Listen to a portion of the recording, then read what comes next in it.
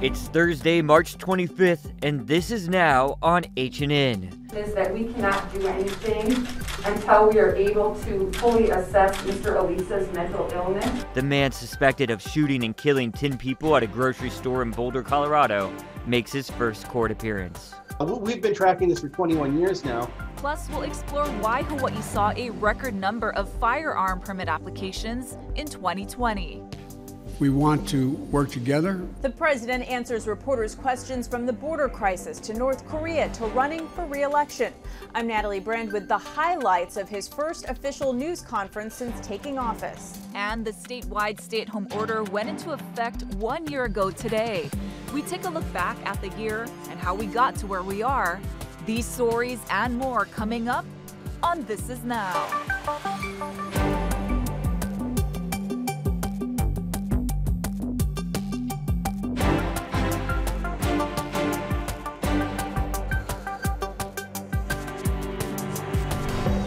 Good afternoon, thanks for watching This Is Now. Jonathan and Ashley here coming to you from the H&N Digital Center. We want to begin with breaking news from the State Department of Health. It looks like another uptick in numbers, right, Ash? That's right. Cases are back in the triple digits, you guys. The state is reporting 122 new cases, along with 1 new fatality. The breakdown by island shows 12 cases on the Big Island, 20 on Maui, 84 on Oahu, and 6 residents were diagnosed out of state. Kauai County is independently reporting 1 new case. Meanwhile, President Biden held his first formal press conference since taking office, and he took questions from the media on different issues, including gun control and the pandemic. Natalie Brand has details from the White House.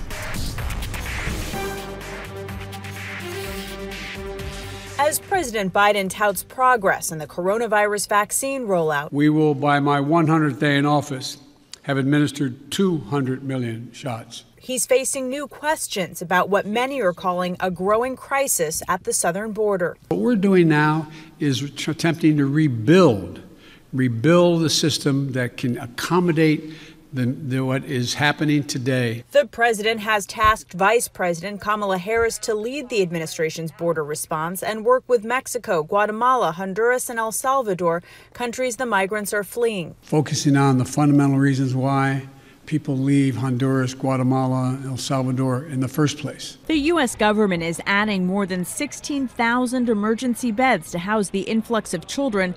Complicating the situation, nearly 3,000 have tested positive for COVID-19. The president takes the podium after 2 shooting massacres in less than a week left 18 dead, renewing a push for gun safety legislation.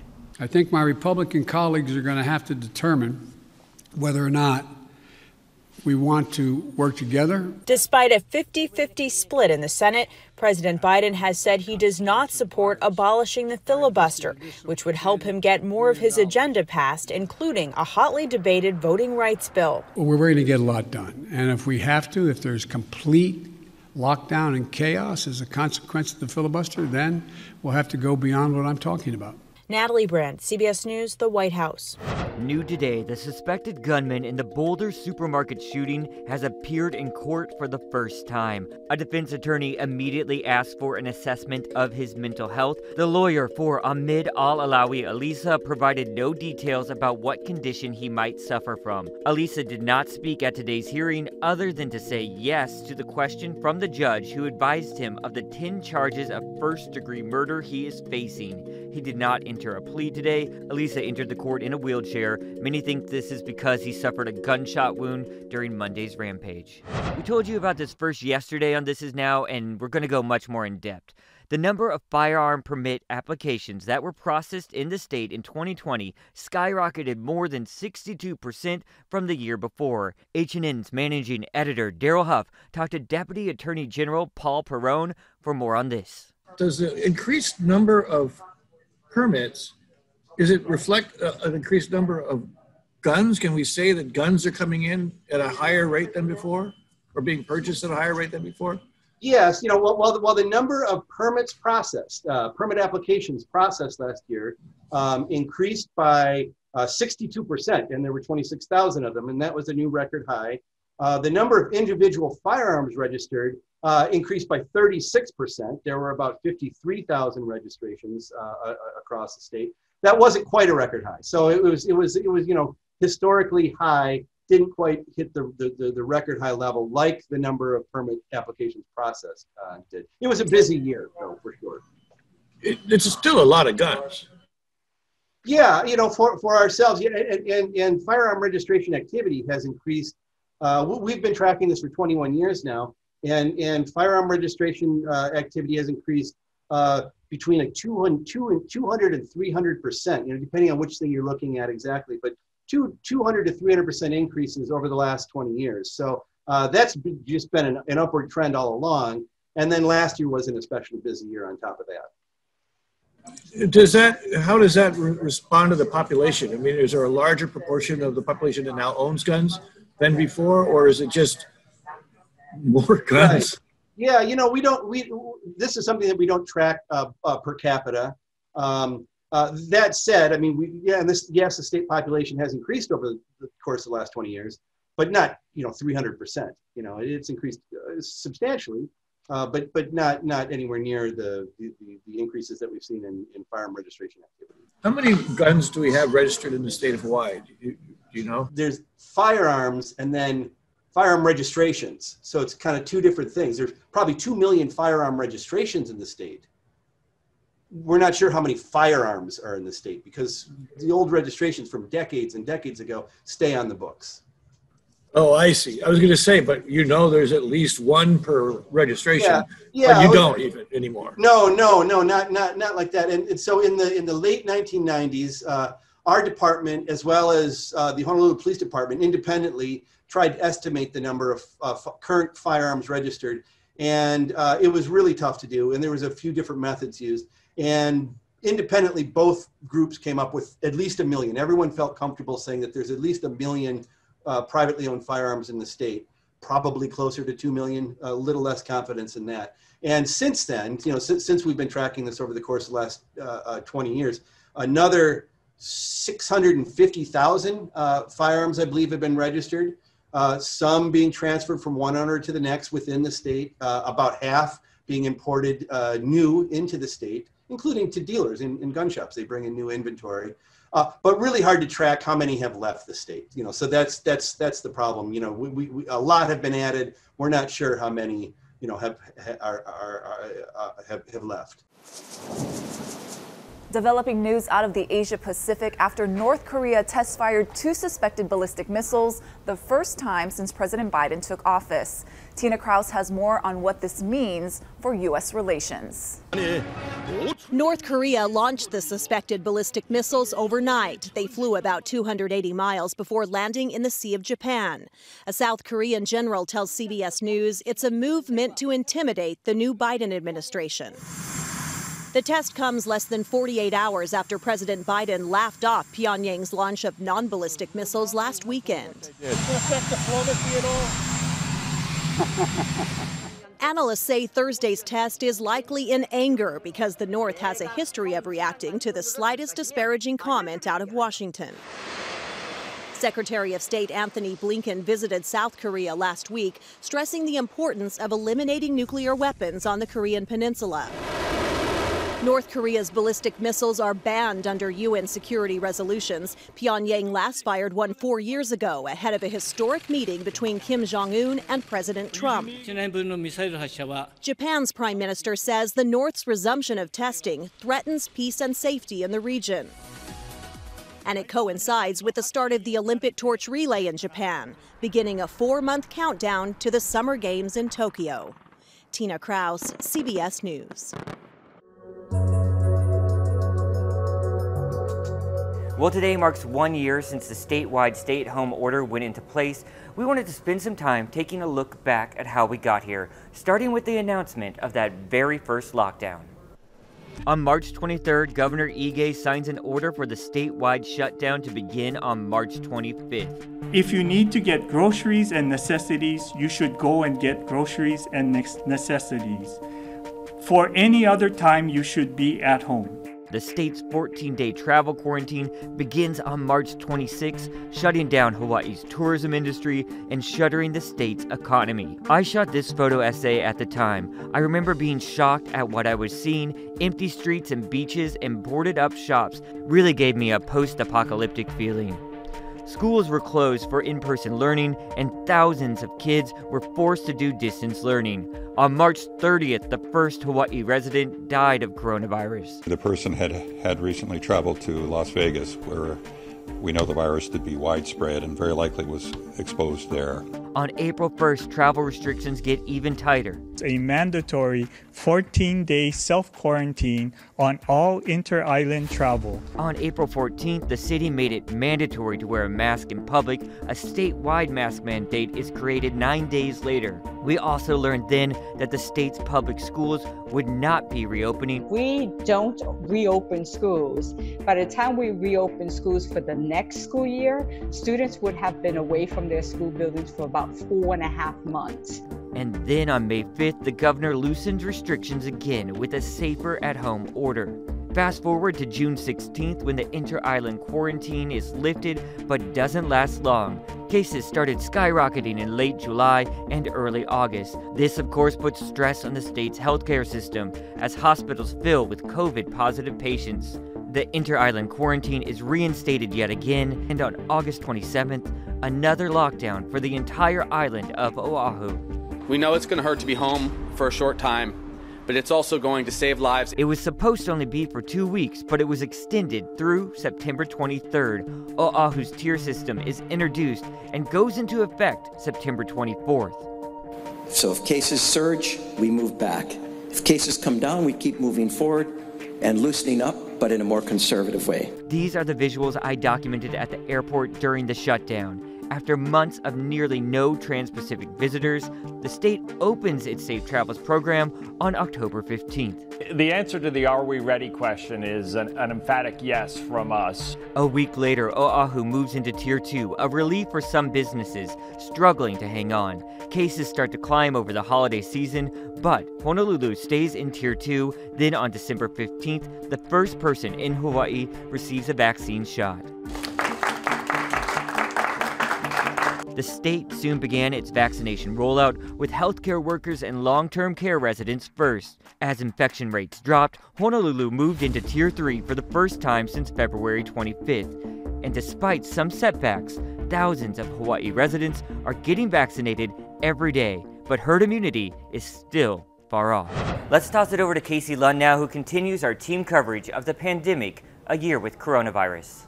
Good afternoon. You know, we came right here to Ala Moana Beach Park several times throughout the pandemic. It was a great place to talk to early morning surfers and swimmers and get a pulse for how the community was handling the statewide lockdown 1 year ago and all the restrictions that seemed to change daily and weekly. Some people felt the state took swift and appropriate action. Others felt the response was heavy-handed. Depressing. Staying home was the safest thing. So that's how it was, stay home, stay safe. Do you think that the state acted appropriately? Was it too much? Was our response too much? I think it was too much. You know, people should be able to earn a living and stay open business-wise. Take the precautions with the mask and social distancing, but don't close down totally. When you have some sort of virus that you don't understand and you don't know where it's coming from, and then you hear in the news in all these different areas of how hard it's hitting in certain areas, then you have to ask yourself, you do have a choice, but the choice is it for you, is it for everybody else? For me, I say, if they say social distancing, I'm going to do it. If they say wear a mask, I'm going to do it. Not just for me, it's for everybody else. Both Sal and Sandy Wong that you heard from there were close friends walking through Ala Moana Beach Park, and while they disagreed on certain things, really important issues, it was refreshing to see two people that maybe had different opinions still enjoy a true friendship.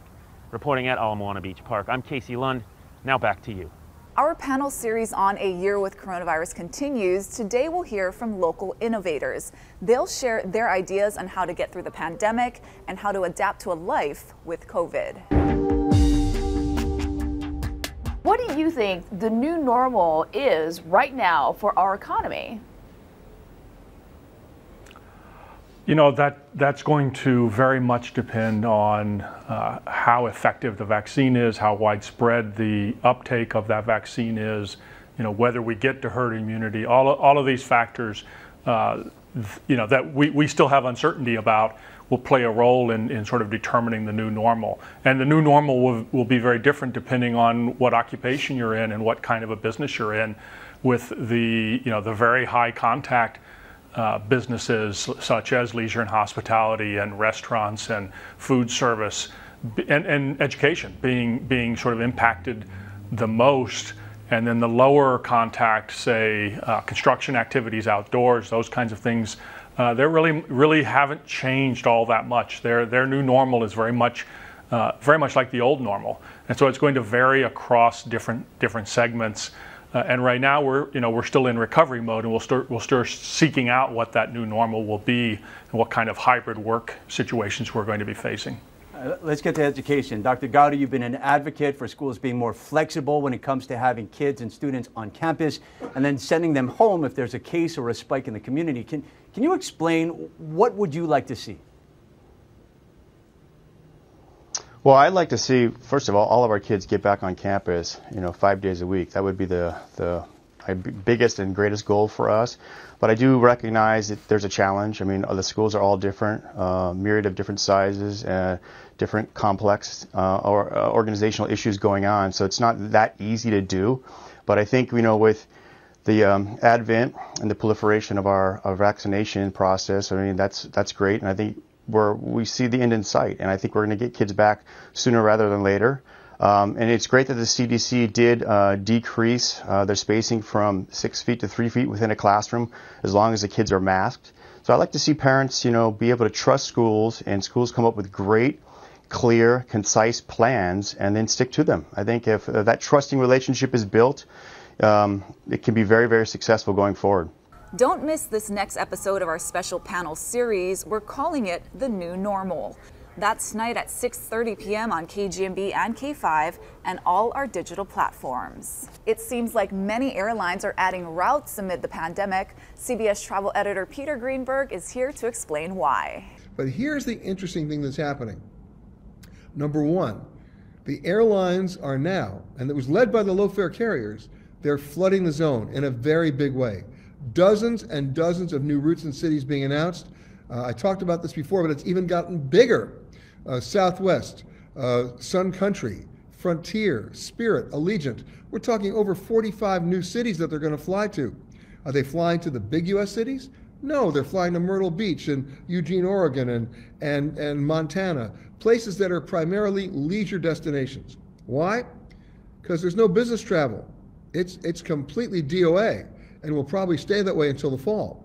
As we get more and more people vaccinated, you may see corporate travel policies change, but for the moment, not happening. So the low-fare carriers are going to ride the wave of the domestic travel rebound, which has already started to happen. Future bookings are driving airline stocks a little higher. However, if you're an airline that has a huge international route network, your stock is not going higher because countries continue to lock down and quarantines continue to be in place. Thanks, Peter. Always good to check in with him. And if you haven't found it already, he has a cool TV show called The Travel Detective. That's why he's coming to us from Turkey, I believe, today, filming there. And he also has a podcast. He's all over the place. All right, guys, let's take you outside, get a check of your weather now. It's looking slightly gloomy out there, and I know some of you are certainly probably getting some rain right now as well. Here's Guy Hoggy with the update.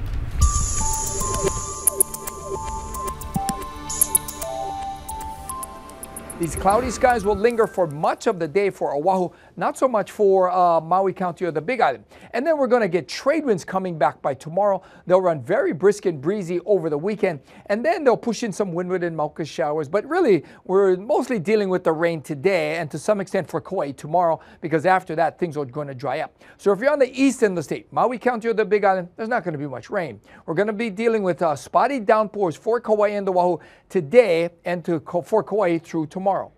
There's a peaking swell for north and west shores. Conditions aren't that great. I can tell you it's a little bumpy, maybe because of the winds, partly because of the direction. East shore is probably cleaner at 4 to 6 feet. So a little wet, a little cloudy today for Kauai and Oahu, drier for the east end of the state, and then drier conditions moving over for Oahu and for the rest of the state by tomorrow. And over the weekend, look forward to those breezy trade winds. Keep it here on Hawaii News Now. We'll have all your severe weather updates. If we didn't give you enough space news yesterday, here we go. We love space news. I know, we do.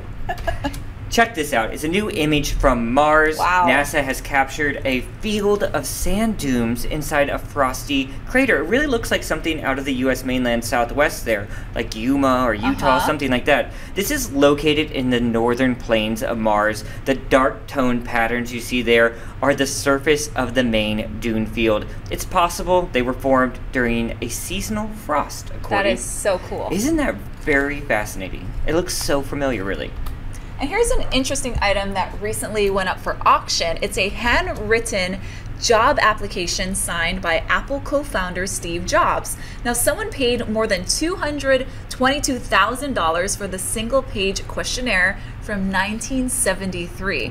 Now, Jobs highlights his experience with, quote, computers and calculators. That's really funny. And a year later, he joined Atari, where he met Steve Wozniak, and together they founded Apple in 1976. The rest, as they say, is history. Very cool piece of history there. Yeah. And this is an Easter treat you either love or you hate. So Peeps, you can eat them, and now apparently you can drink them too. So Pepsi and Peeps are teaming up for a new cola that combines the two sweet flavors. The companies say the new drink mixes the taste of Pepsi with the pillowy, soft, and sweet marshmallow flavor of Peeps. You can't buy this flavor though. Pepsi is giving away 3,000 packages of it through a contest. You have to post your favorite springtime activity on Instagram and Twitter with the hashtag Hanging With My Peeps and tag Pepsi. The winners will receive a 3-pack of the mini cans in bright yellow, pink, and blue. And Pepsi says the new flavor could eventually be sold publicly if there's a demand for it. I really like the packaging. That's really cute, but I can already vote yuck on the flavor. No. Yes, I've said it before. The only thing Peeps are good for is sticking them in the microwave and watching them explode. All right, guys, let's get to some more good news. That Olympic torch relay is finally underway. It'd been delayed because of the pandemic. Here's Janice Mackey-Frere, who has much more on that.